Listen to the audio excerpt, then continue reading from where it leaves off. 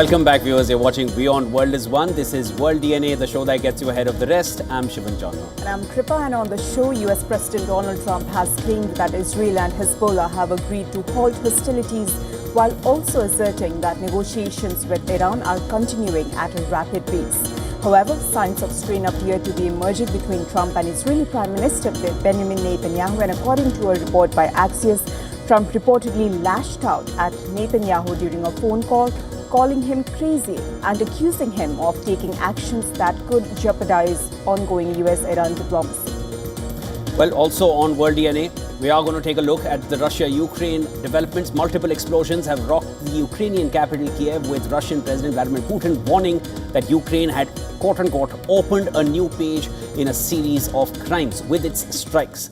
Ukraine's President Volodymyr Zelensky says that between January and May of this year, Ukraine struck 15 Russian oil refineries. That's lots to discuss there as well. Let's start with the headlines first. This is World DNA.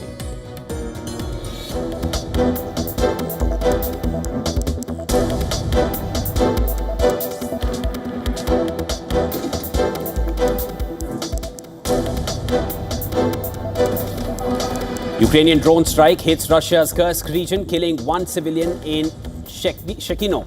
Russian authorities say the attack targets a civilian vehicle amid escalating cross-border drone strikes in ongoing Russia-Ukraine war, well into its fifth year now.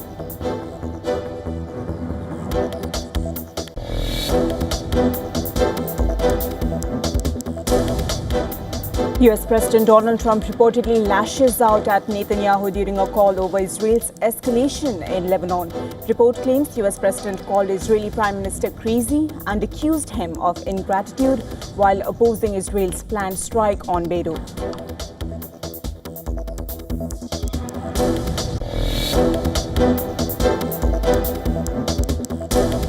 Israeli army announces 2 of its soldiers have been killed in separate incidents in southern Lebanon, bringing the death toll to 27. That's the number of Israeli military deaths since early March.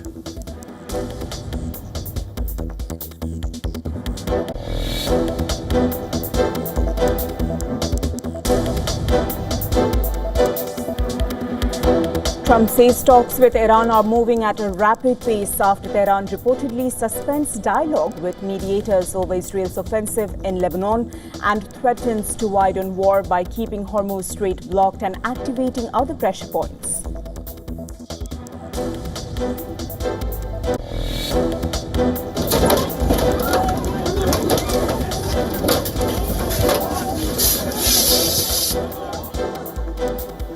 Police in Ankara use tear gas to disperse protesters commemorating victims of 2013 mass demonstrations. Gathering turns tense as scuffles break out between police and demonstrators chanting during the memorial protest.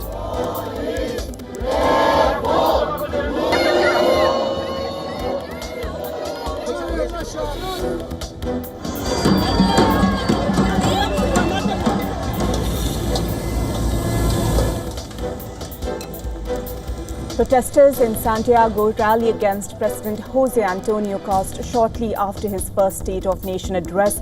Demonstrators opposed his policies on healthcare, education and social rights. Police used water cannons to disperse the crowd.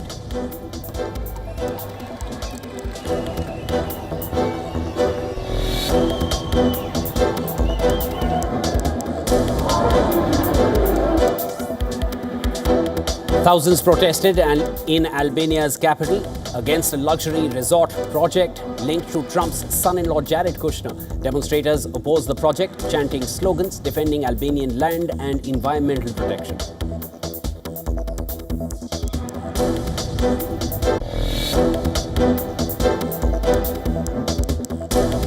Asian markets opened lower as renewed uncertainty over US-Iran peace talks weighed on investor sentiment. Meanwhile, Wall Street closed at fresh record highs overnight, with tech stocks led by Nvidia lifting the S&P 500, Nasdaq and Dow to new peaks.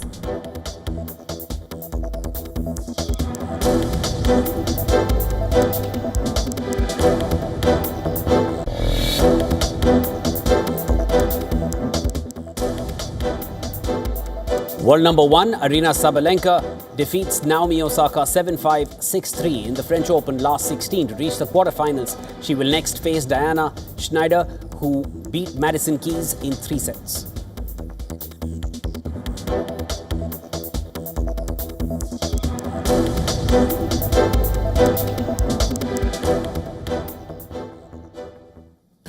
Our top focus at this hour. The Israeli military has claimed that its air defenses intercepted 2 projectiles that crossed from Lebanon into northern Israel. And this hours after US President Donald Trump said Israel and Hezbollah have agreed to stop fighting and added that Iran talks were moving rapidly after seeming to falter over Israel's Lebanon offensive. Well, Trump said that he had spoken to Israeli Prime Minister Netanyahu and had a very good call through unnamed representatives with Hezbollah as well. No US president has ever spoken with Hezbollah with or without intermediaries, and the group is designated as a terrorist organization by the United States. In a post on his Truth Social network, Trump claimed the Iran-backed group agreed all shooting will stop, while Netanyahu agreed to call off military raid on Beirut. Now, Trump's comments came after Iran's news agency Tasnim reported that Iran had suspended dialogue with mediators in protest of Israel's expanding offensive in Lebanon against Hezbollah. The Israeli leader had ordered strikes on what he called terror targets in Beirut's southern suburbs in response to rocket and drone attacks by Hezbollah. The visual that you see on the screens right now shows the aftermath of an Israeli strike near a hospital in Tyre. Look at this. A report in the US news outlet Axios said that Trump called the Israeli premier crazy and accused him of putting Iran talks at risk. Netanyahu, after Trump's announcement, said that his country would strike Beirut if Hezbollah doesn't stop attacking Israel. Trump doubled down after Netanyahu's statement, saying in a further Truth Social post that the Israeli leader had turned his troops around from a planned major raid on Beirut. Netanyahu may also be facing international pressure and internal pressure. Israel's Minister of National Security, Itamar Ben-Gvir, called on Netanyahu to say no to Trump and continue the strikes.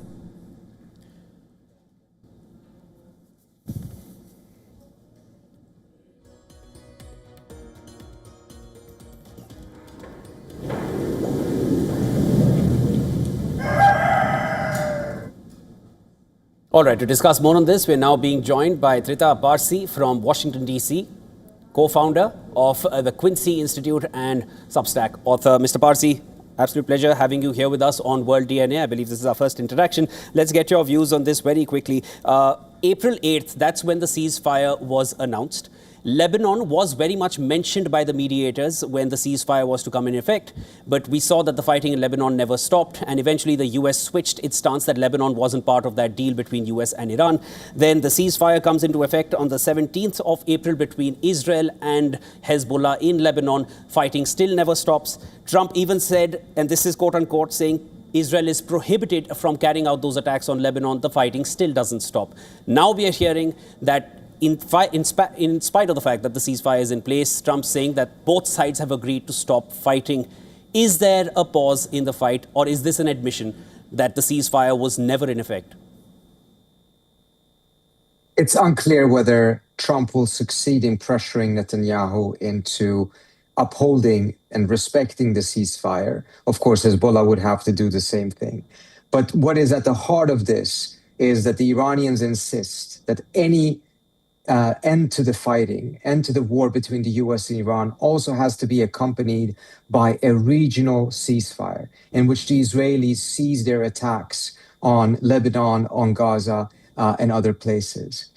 And the Iranians have insisted on this from the very beginning because they believe that if Israel is allowed to continue to bomb these countries, that instability will eventually spill over into another Israeli-Iranian war, just as it already has twice. And as a result, any deal, particularly with major Iranian concessions to the US, is not worth it if the Israelis are left free to restart the war. But it's also a way for them to test whether Trump is capable and willing to restrain the Israelis, because if he isn't, or if he can't, then the value of a ceasefire or a deal with the United States may be very limited.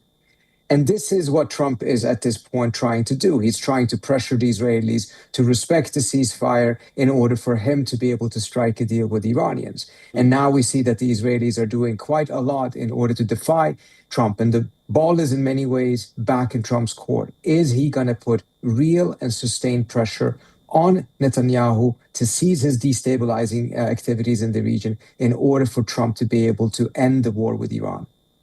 Mr. Parsi, now that we mention US President Donald Trump, he claims talks are moving rapidly while Israeli strikes continue in Lebanon, and Hezbollah also claims dozens of attacks. Are we mistaking negotiations as progress? Because that doesn't seem to be the case. Yes, to a certain extent, and it's because of the fact that Trump is negotiating too publicly. He's giving too many press conferences. He constantly wants to make sure that he is the newsmaker. And as a result, while that may be working for him politically in many other contexts, it is undermining or at a minimum complicating the diplomacy. Because even when progress is made, it is rarely believed by the media because there's been so many false statements of false starts to the negotiations or false progress in the negotiations. As you recall, 2 weeks ago, there was supposed to have been a deal, and that appears to have been prematurely announced by Trump. Mr. Parsi, hours after the top negotiator from Iran's side, Baghir Ghalibaf, Iranian parliament speaker as well, he mentioned that the deal or any kind of negotiations are off unless Lebanon and the fighting in Lebanon stops. And thereafter, we see that call and those statements coming out from both Netanyahu and Trump regarding their discussion and their talks. And now the troops are turning back after going far into Lebanon, the deepest that they've gone in the last 26 years. When, let me add that this is when a ceasefire is already in place. On one end, you have Netanyahu saying, we'll attack if they attack us, and talking about Hezbollah. On one end, you have Mohammad Baghir Ghalibaf saying the deal is off unless the fighting in Lebanon stops. Is Trump sandwiched here between the Israelis and the Iranians? In some ways, he is, but this is, again, a position he put himself in by agreeing to go to war with Iran on behalf, or at least at a minimum, based on a lot of pressure from Israel.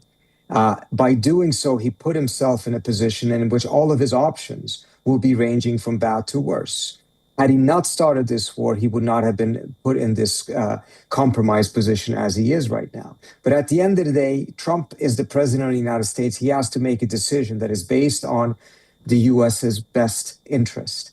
And at this point, it seems that he has fully understood that ending the war with Iran is an absolute necessity. And as a result, if that then requires him to put pressure on Netanyahu to cease bombing and annexing and ethnically cleansing southern Lebanon, then that is something I think that he needs to do, even though it will come at a cost and a price to him politically, including here in Washington. But that is simply what U.S. national interest at this point requires. Mr. Parsi, critics of your position would say that diplomacy only works because someone else created leverage in the battlefield first. What would be your response to that? No, that's not an argument against what I'm saying. Clearly, we have seen that what has really been guiding the diplomacy so far is the realities on the ground, which have been determined not by diplomacy, but by military action. However, it is also important to understand that all wars end in some form of diplomacy and some form of negotiation. The Iranians have scored several victories in this, and in their view, they have amassed a large number of chips as a result of this war. But those chips are absolutely useless unless Iran translates them into a new uncontested order in the region in which Iran gets some of the benefits it's looking for, such as sanctions relief. And that can only happen through a negotiation with the United States. So I think we have to understand that military action and diplomacy in many ways are intertwined. Mr. Parsi, before the February 28th, before this war was started, the nuclear program in Iran was the biggest problem that was creating issues. Then the Strait of Hormuz became the biggest issue, which still persists. Nuclear program still remains an issue. And now we're seeing that the fighting in Lebanon or reigning in Israel is seeming to be as big a challenge, given the number of times Donald Trump has used the language using words like prohibited, and yet Israel and Hezbollah continue the fight in Lebanon. Which is the biggest issue at this point or the biggest impediment to any kind of a deal between US and Iran, in your appreciation? It's already very complicated, and there's several different areas in which the two sides have significant differences. Strait of Hormuz is obviously one of them, elements of the nuclear program, particularly the stockpile. But Lebanon is a particularly critical issue for the simple reason that when it comes to the Strait of Hormuz, it's a matter between the US and Iran. When it comes to the nuclear program and the stockpile, it's a matter between the US and Iran. When it comes to Lebanon and Israel, then it's what the Israelis do and what Hezbollah does. The Iranians may have a degree of control over the Hezbollah. The question is, does the United States, is it willing to exert the same level of control over the Israelis? We have other actors in the game here that can ruin, that can sabotage things in a manner that is not the case when it comes to some of the nuclear variables, because it is under the control of these principal actors in this negotiation. Absolutely complicated, and only seems to be getting more murky as the weeks continue and as the fighting continues between US and Iran. Well, both sides are desperate to get to a deal. That's the sense you get from both sides. But that little spurts of violence continue to emerge in the Strait of Hormuz. We've seen that since the 25th of May. It's been happening repeatedly, drones being taken down. Boats trying to place mines have also been attacked. The US CENTCOM has been putting out statements, IRGC putting out their own statements, Kuwait taking a fair amount of attacks in both these cases. We'll need to wait and watch how this one pans out, but it seems that as of now, the fighting needs to stop in Lebanon for anything else, which was already a sticking point, to get resolved. Mr. Parsi, always a pleasure speaking with you. Would look forward to discussing more with you in future. Thank you so much. I appreciate it. Well, the situation remains tense in New Jersey as protests continue outside an immigration and customs enforcement detention facility in Newark. A curfew has been imposed around the facility after a series of intense clashes between protesters and police. And as tensions escalate, the state police have been ordered to take control outside the facility, with protected protest zones being set up. I will ensure public safety, and I refuse to give ICE an excuse to surge into our communities. That would make the situation more dangerous and put more New Jerseyans at risk. It's time to bring the temperature down. To protect public safety, the area around Delaney Hall has been secured.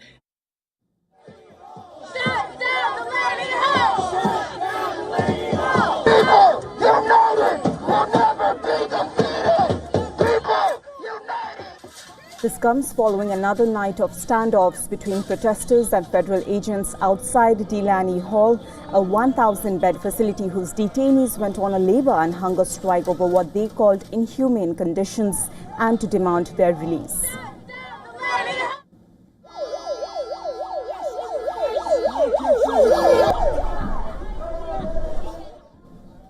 The demonstrations at Delaney Hall began in May.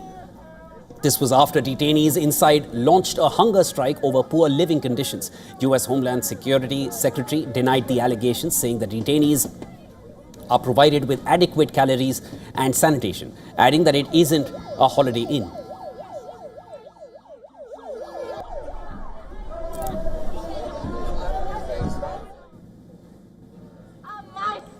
As protected protest zones have been set up now, the New Jersey governor has announced that the federal government has reopened family visits at Delaney Hall starting Sunday. Well, the U.S. Department of Homeland Security has issued a statement following resumption of visitations at the detention facility. It says that the visitation was only suspended because of violent riots, and now that a secure perimeter exists, it can resume again.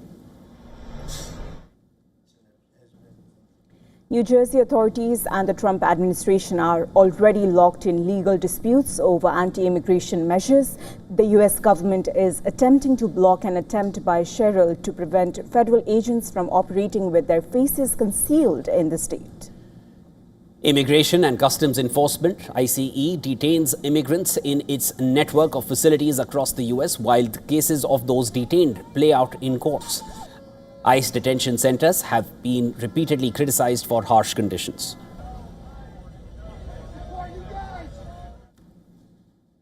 And Romania has accused Russia of a drone attack that struck a residential apartment, injuring a mother and a child in the country's eastern province. Now, speaking at the United Nations Security Council, Romania's foreign minister condemned the attack in the country's Galati district as reckless. She said that the drone caused significant damages to the building. Furthermore, the foreign minister said that Romania has recorded more than 30 such incidents this year. In Romania's case, just this year, we have seen more than 30 such incursions, and we have seen a growing frequency. What makes it different this time, though, is that it is the first time since the start of the war of aggression against Ukraine that Romanian citizens also require medical care and that Romanian property has been significantly damaged. Romania firmly condemns this reckless behavior and repeated illegal intrusion by Russian vehicles into our sovereign territory. In response, Russia's UN envoy rejected the accusations, calling it unfounded. He also called for a thorough, objective and depoliticized investigation. The full circumstances of what happened must be established through a thorough, objective and depoliticized investigation, with the involvement of the Russian side first and foremost. We are ready to participate in such an investigation, but of course, only if objective data and debris of the drone are shared with us for our analysis. On the other hand, Ukraine's UN ambassador has called for more support from Europe in building a stronger air defense system that would intercept these Russian drones in the near future. We have to recognize that the most effective way to deal with these Russian attacks on Romanian citizens and indeed on all European citizens is to prevent those drones from entering Ukraine's airspace in the first place. In practical terms, this means helping Ukraine protect our skies and establish a powerful and fully integrated air defense shield with all the combined capabilities of our European partners. Following this, dozens of countries, including the United States and the European Union, lambasted Russia. Washington vowed that it would defend every inch of NATO territory. Meanwhile, the European Union has strongly condemned the incident. It also assured its unwavering support to the security of Romania.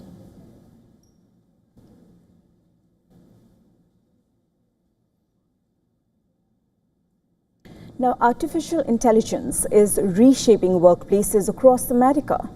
And a new study suggests that millions of workers could soon face major changes to the way they earn a living, while at the same time, memory chips are driving a historic stock rally across the Wall Street, sending shares of technology companies soaring. A framework published by OpenAI offers a preview of how AI could affect the US labor market in the near term. While the analysis shows that nearly half of all jobs, around 46% that is, are likely to experience little immediate impact from AI adoption. The study also indicates that change is coming for a large section of the workforce.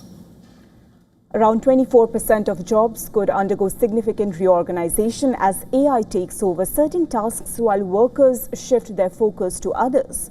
More notably, OpenAI's research places roughly 1 in 5 jobs, or 18%, in the high-risk category for automation. At the same time, only about 12% of jobs could see growth as AI lowers costs, boosts productivity, and expands demand for specific services.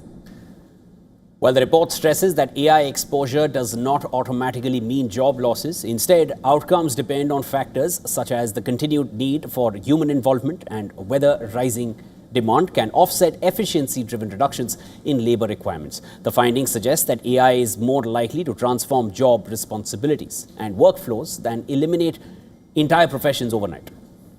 At the same time, a Bank of America report is also sounding the alarm on artificial intelligence and its impact on global employment. The report says 24% of jobs worldwide, or roughly around 838 million positions, they are exposed to generative AI, and this is not a distant threat. This is happening right now.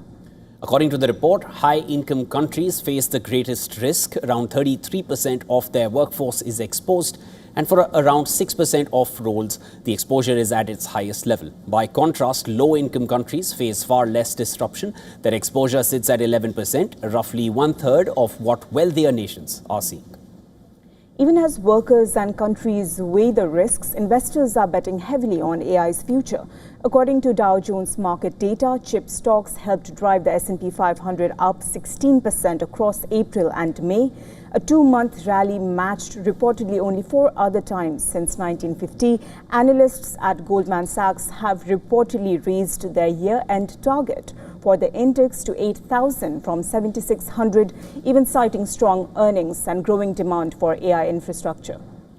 Even as markets continue to navigate concerns over the West Asia conflict and rising inflation, for now, it appears that AI is creating both opportunity and uncertainty, fueling a Wall Street boom at one end while raising serious questions about the future of work on the other side.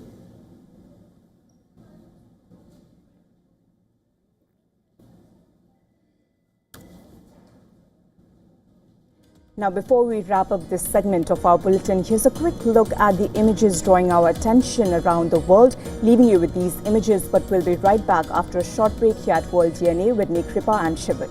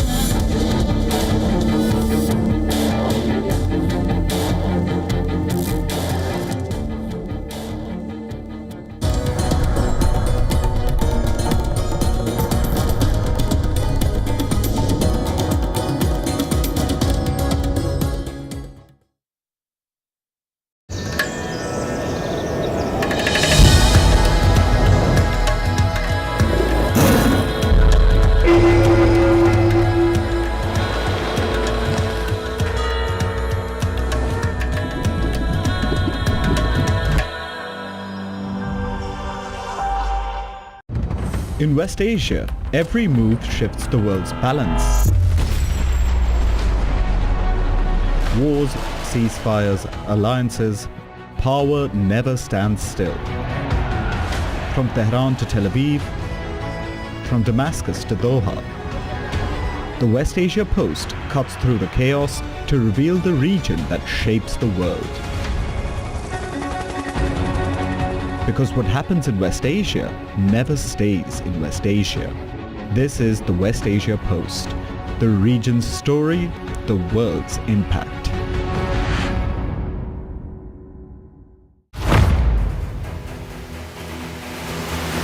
Get the latest updates. Destroy their Breaking missiles news. and raise their... Credible, clear, continuous.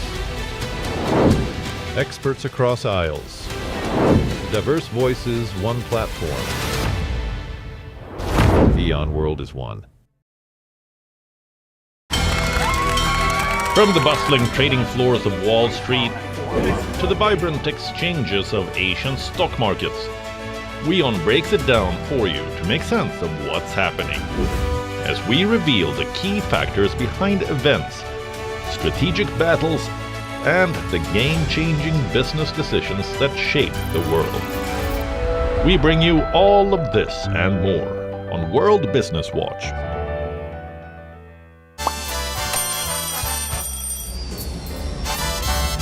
Vielleicht nur auf dem Posten.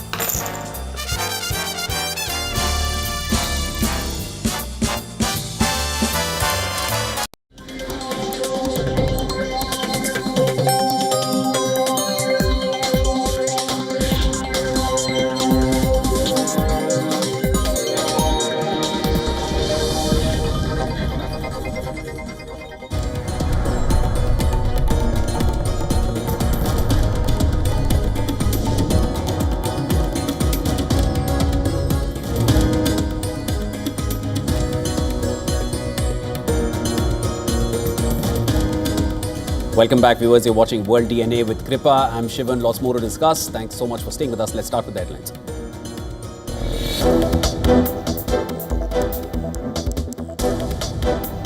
Donald Trump reportedly lashes out at Netanyahu during a call over Israel's escalation in Lebanon. Report claims US President called Israeli Prime Minister crazy and accused him of ingratitude while opposing Israel's planned strike on Beirut.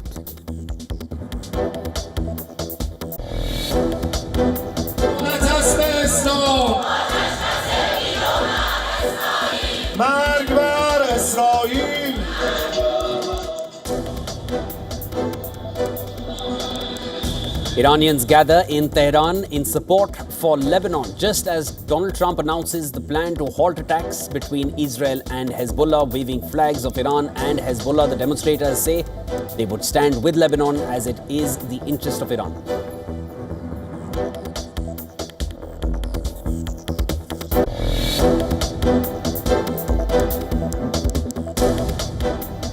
Israeli army announces 2 of its soldiers have been killed in separate incidents in southern Lebanon, bringing to 27 the number of Israeli military deaths since early March.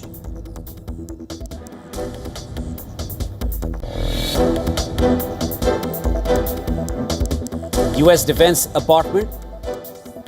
Defense Department designates press office as classified, making it off limits to journalists. Officials say the change was made because staff there handle classified material.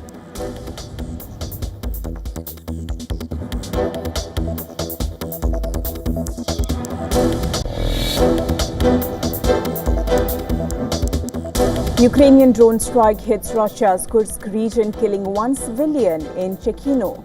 Russian authorities say the attack targets a civilian vehicle amid escalating cross-border drone strikes in ongoing Russia-Ukraine war.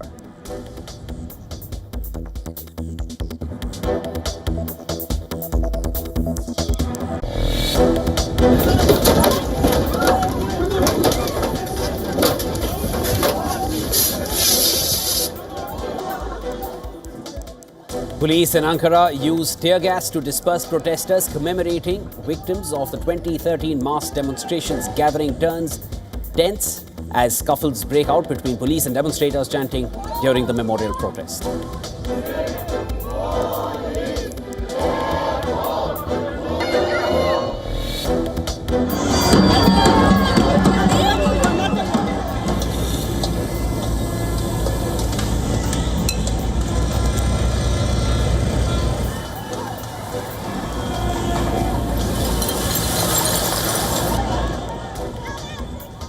Protesters in Santiago rally against President Jose Antonio Castro shortly after his first State of Nation address. Demonstrators opposed his policies on healthcare, education and social rights. Police used water cannons to disperse crowd.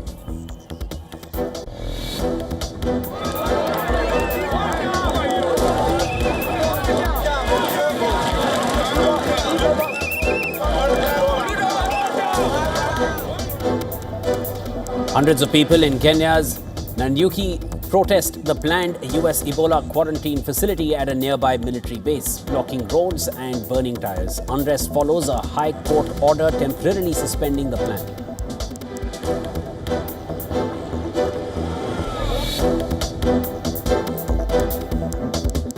The Trump administration has agreed to temporarily freeze a $1.8 billion anti-weaponization fund after a federal court blocked its rollout. The move comes amid legal challenges and concerns over transparency as hearings continue.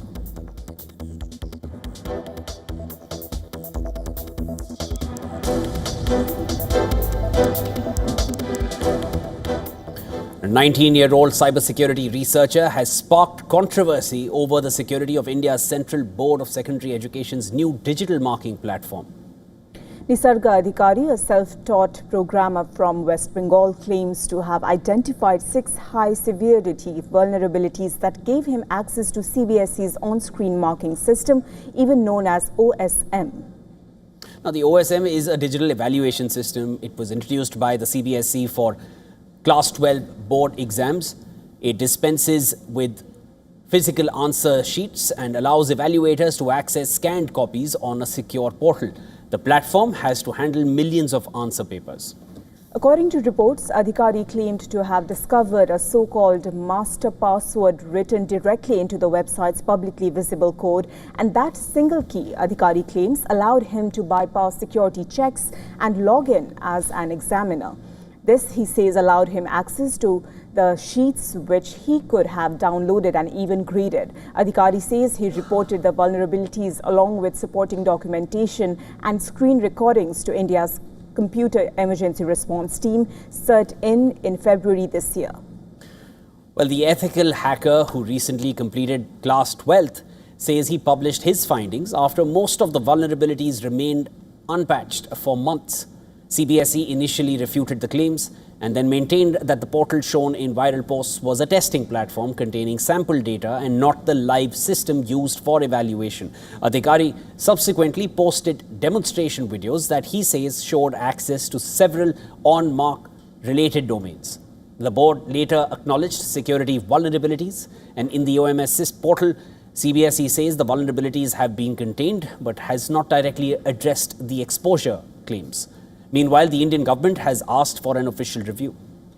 Well, Union Education Minister Dharmendra Pradhan has directed senior officials to investigate the matter. Pradhan said, and I quote him here, student interests remain paramount and all corrective measures must be undertaken by CBSE on priority. The dispute has surfaced alongside complaints from some students during this year's re-evaluation, including reported discrepancies in scanned answer sheets and marking records.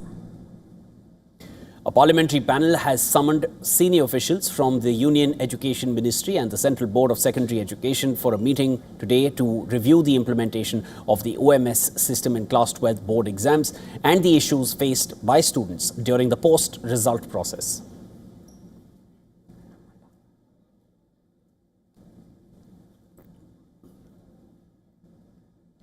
Former BJP president of the South Indian state of Tamil Nadu, K. Annamalai, is likely to quit the party. This comes after the former IPS officer declined to dismiss reports that he is planning to launch a new political party. And speaking to the media, K. Annamalai said that he would provide answers and clarify his stance in 2 days. The remarks come amidst intense speculations that the 41-year-old could be floating his new political party following the 2026 assembly elections. The former BJP president of Tamil Nadu has remained silent on reports regarding his future. Questions about his next move gained momentum after he was not fielded from the Coimbatore constituency in the 2026 assembly polls, despite expressing interest in contesting from the constituency. Furthermore, Annamalai also criticized the central government's decision to advance the implementation of the 3-language policy for Class 9 students in the South Indian state. This has fueled debate about Annamalai's having possible differences with certain sections of the BJP's top brass. On the other hand, the BJP has dismissed reports of a split, saying that Annamalai remains committed to the party. The former IPS officer joined the BJP in 2020. 41-year-old served as the party president in Tamil Nadu from 2021 to 2025, becoming one of the most visible leaders in the state through aggressive campaigns and strong social media presence.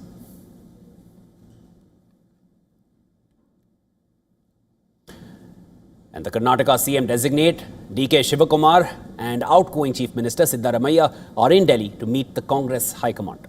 Reports suggest their return journeys are left open-ended as the high-stakes discussions get underway. The leaders will finalize the initial list of ministers for the incoming state administration. All India Congress Committee President Mallikarjun Kharge said the cabinet formation will occur in phases. The first batch of 8 to 10 ministers will likely be decided during the Delhi talks. Discussions will address selecting a new face for the Karnataka Pradesh Congress Committee President post, which Shivakumar currently holds. The leaders will also be discussing potential candidates for the upcoming Legislative Council and Rajya Sabha polls scheduled for June 18th. Well, D.K. Shivakumar is officially scheduled to take oath as the new Chief Minister of Karnataka on Wednesday, 3rd of June at 4:05 p.m. The swearing-in ceremony will be hosted at the Lok Bhavan premises in Bengaluru.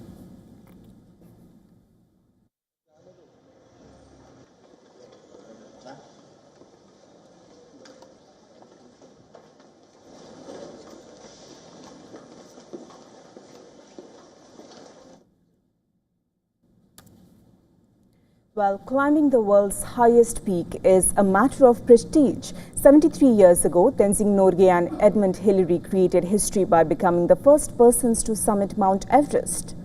But the record's tumbling fast this year. Has climbing Everest become relatively easy? The data speaks for itself. It took until 1989 for 270 summits of this mountain to be completed. Come 2026, the scenario has changed completely.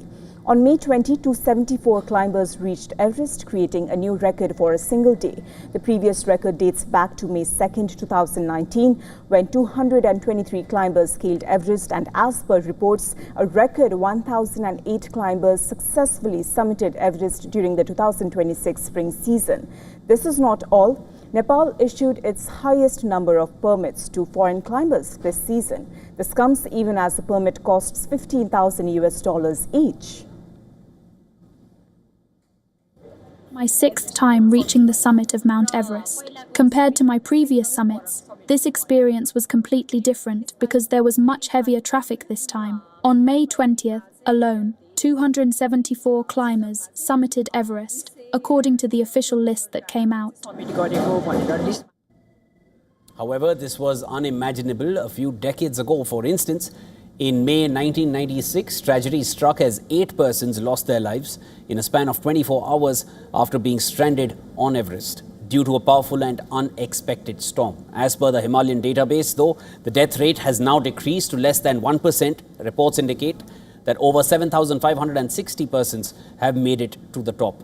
Now, what has changed in the last few years? Well, the climbing landscape on the mountain is vastly different, with huge improvements to safety and communications. For instance, availability of oxygen and medical supplies and doctors throughout the route has improved. What has made a pivotal difference, though, is the better weather forecasting. So the primary climbing season occurs in spring, and reports suggest that about 1,200 different companies offer Everest climbing services now. Climbing has now become more comfortable because of internet facilities. Up to Everest Camp 2, we can check the weather conditions before ascending. The main cause of accidents is weather, and it is the primary risk factor. Compared to the past, there is now less risk and fewer accidents on Mount Everest. As Nepal celebrated the 73rd Everest Day on May 29th to commemorate the first successful summit of Everest, its tourism minister issued a timely warning about growing environmental risks regarding the world's tallest peak. Mount Everest and all the mountains are at big risk because of the increase in global warming. Snow and glaciers are rapidly melting, and the people who live in the area are facing difficulties. Overcrowding has also renewed calls for tighter regulation on the mountain. In December last year, Nepal approved a clean mountain strategy, which may cost over $1 billion over a 5-year period. It incorporated the usage of drones to collect waste from higher altitudes and payment of a refundable garbage deposit by climbers.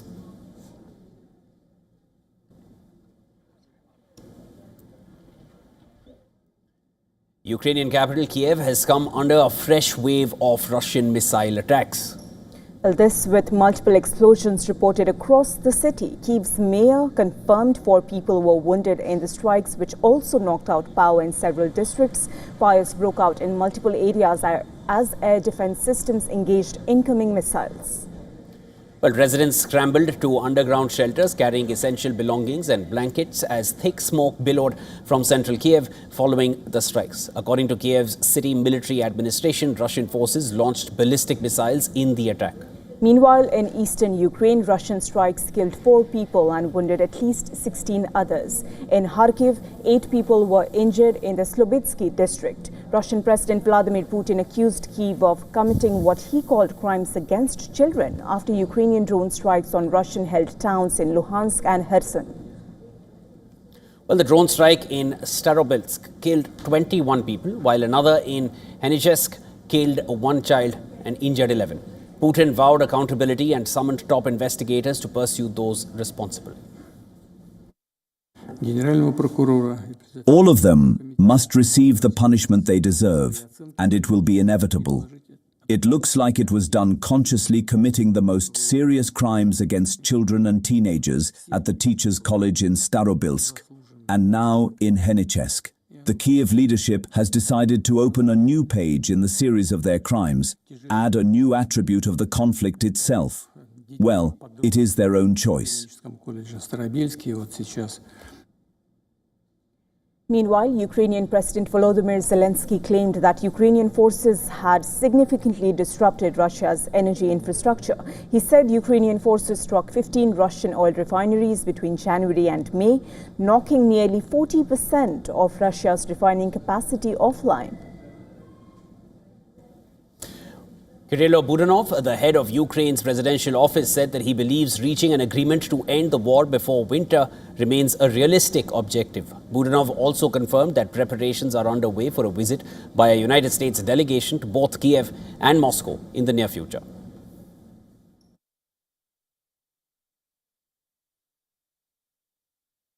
This is the President's instruction, to try to end this war as soon as possible, preferably before winter. Well, pancreatic cancer is the 6th most common cause of cancer death globally. Now, a new drug is being hailed as one of the biggest breakthrough in decades, as it can potentially double survival time in patients diagnosed with pancreatic cancer. This was part of a clinical trial finding on the drug called daraxonrasib, presented at the American Society of Clinical Oncology's annual meeting in Chicago. The trial involved 500 patients from North America, Europe and Asia, all of whom had pancreatic cancer. Now, how is this drug effective? As per the research, it works by targeting a protein called KRAS that fuels the growth of all pancreatic cancers. As a result, patients who took this drug lived substantially longer, for an average of 13.2 months as compared to 6.6 months for patients who had chemotherapy. Now, this is not all. Apart from extending lives of patients, the drug taken once daily also caused fewer side effects as compared to chemotherapy. For instance, 43.6% of patients on daraxonrasib experienced severe side effects, in contrast to 57.5% of those on chemotherapy. Now, why is this development significant? Pancreatic cancer is often detected late, as symptoms do not appear in early stages. Limited treatment is available, and more than half of people with pancreatic cancer die within 3 months of diagnosis. This form of cancer also has one of the highest recurrence rates, and in another crucial breakthrough, researchers found that an injection of amivantamab shrank the tumors in over 1/3 patients with head and neck cancer. Among the 102 persons who were administered the jab across 11 countries as part of a clinical trial, tumor was completely eradicated in 15 patients. As per researchers, the injection showed similar results in patients with lung cancer as well. Amid all of this, a recent report has laid bare how cancer will continue to remain a major health crisis across the world, both in terms of growing cases and manpower shortage. As per a report published by Lancet Oncology, the situation is dire, with 1 in 3 cancers globally not being diagnosed at present. However, the crisis is set to exacerbate, with the report predicting a 21% increase in cancer incidence. While about 20 million people are diagnosed with cancer annually, it can rise to 35.3 million by 2050. It also projects a shortfall of 100 million cancer care workers by 2050, which includes about 65 million nursing staff and 16 million diagnostic staff. The report recommends that investing in cancer workforce can avert 170 million cancer deaths between 2030 and 2050, and even deliver $120 trillion in net economic benefits.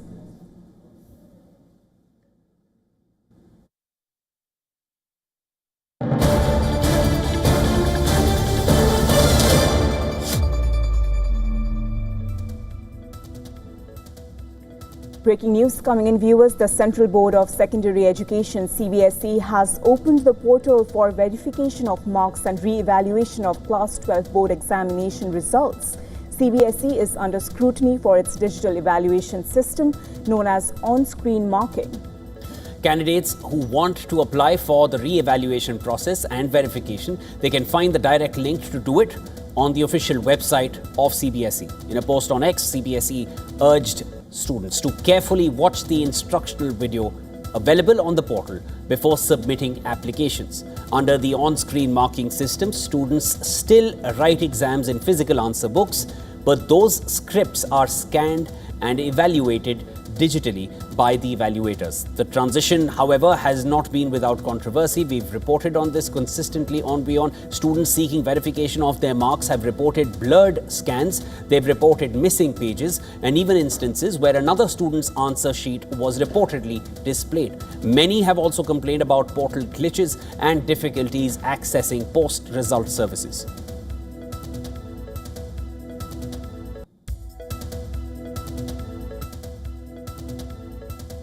And that's the news alert that has just come in. The Central Board of Secondary Education, CBSE, has opened the portal for verification of marks and re-evaluation of Class 12 board examination results.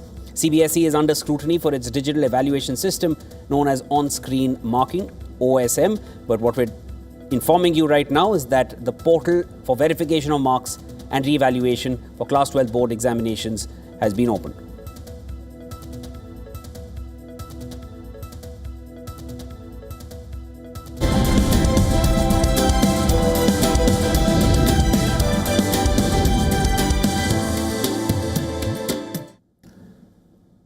A quiet but significant shift is reshaping global finance. Foreign governments are pulling back from US Treasury bonds. And the numbers tell a striking story. Foreign official ownership of US Treasury securities has fallen to around 13%. That is the lowest level since the 1990s. To understand how dramatic this is, consider this. At the peak of the 2008 financial crisis, foreign governments held nearly 40% of US treasuries. That share has more than halved since then. Foreign private investors are also stepping back. Their ownership share has dropped to roughly 33%. Again, the lowest since the 1990s. But perhaps the most telling signal is coming from Asia. Asia's share of total foreign demand for US treasuries has fallen by 20 percentage points since 2013. It now stands at just 40%, the lowest in at least 15 years. The two biggest drivers, Japan and China.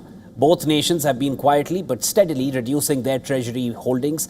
For decades, this was a cornerstone of global finance. Asian governments, especially Beijing and Tokyo, recycled their trade surpluses into US government debt. It helped fund America's deficits and it kept US borrowing costs low. That arrangement is now under visible strain. The question analysts are asking is direct.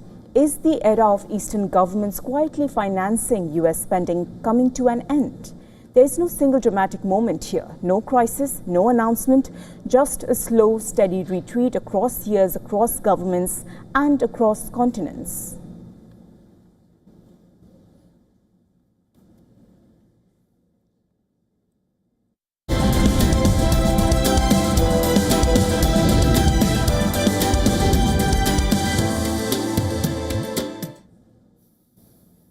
Getting you the latest from the world of technology now, a coalition of 13 European cloud companies, lawmakers and NGOs have backed a major European Union push for greater technological sovereignty.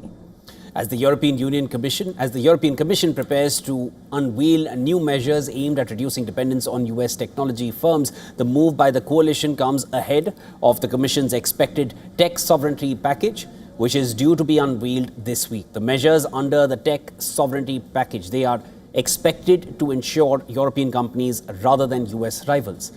They provide cloud services for sensitive public sector contracts. The package is also expected to include measures to boost the production of European-made semiconductors. The initiative is designed to reduce Europe's dependence on foreign technology providers and strengthen the region's digital and economic security. The push comes amid growing geopolitical tensions and increasing concern that Europe lags behind both the US and China in key technologies. Now, in a joint letter, the group said technological sovereignty means Europe should be able to design, build, operate and regulate the digital systems on which its economy depends.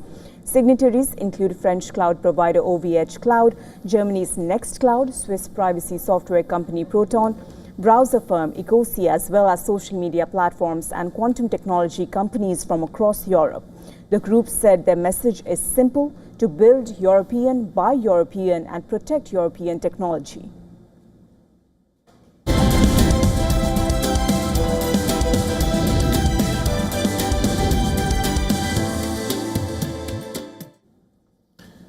Former England, Liverpool and Manchester City footballer James Milner has announced his retirement from football. The 40-year-old ends a Premier League career that spanned 24 years. Milner was out of contract after spending the past 3 seasons with Brighton. The midfielder played for 6 teams in England's top flight and broke the record for most Premier League appearances in February. He announced